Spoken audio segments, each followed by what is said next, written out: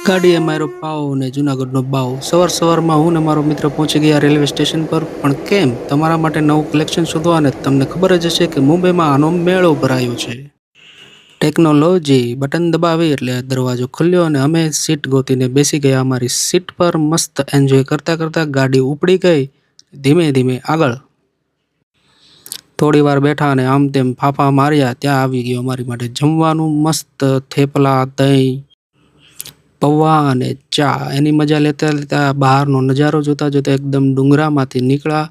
પહોંચી ગયા અમે મુંબઈ અને ત્યાં કરી અમે લોકલમાંથી સીધા અમે પહોંચ્યા સ્ટેશન પર. ત્યાં તો વરસાદ કે મારું કામ. વરસાદની મજા લેતા લેતા અમે અમારી સવારી આગળ વધારી અને અમે પહોંચી ગયા અમારા મુકામ એટલે કે ફેર હતો ત્યાં. અને અમને મળી ગયું અમારું મંગળસૂત્ર એટલે કે અમારું આઈડી. એ પહેરીને અમે ડિસ્કો લાઇટમાં અંદર ગયા અને તમારા માટે એકદમ નવું અને ડિઝાઇનર કલેક્શન જોયું. અમને અહીંયા આખા ભારતનું કલેક્શન અને ડિઝાઇનો જોવા મળી. એમાંથી અમે તમારા માટે સિલેક્ટ કરીને ઘણી બધી ડિઝાઇનો પસંદ કરી છે. તમને palazzo pair, choli, sharara pair, crop top, A to Z collection નવું આવી ગયું છે. તો અમે ઘણી બધી શોપિંગ કરી છે અને તમે પણ મુલાકાત લેજો. શણગાર ક્રિએશન 125 નારાયણનગર કતારગામ સુરતની. અને અમે થઈ ગયા સાંજે રિટર્ન સુરત. Thank you.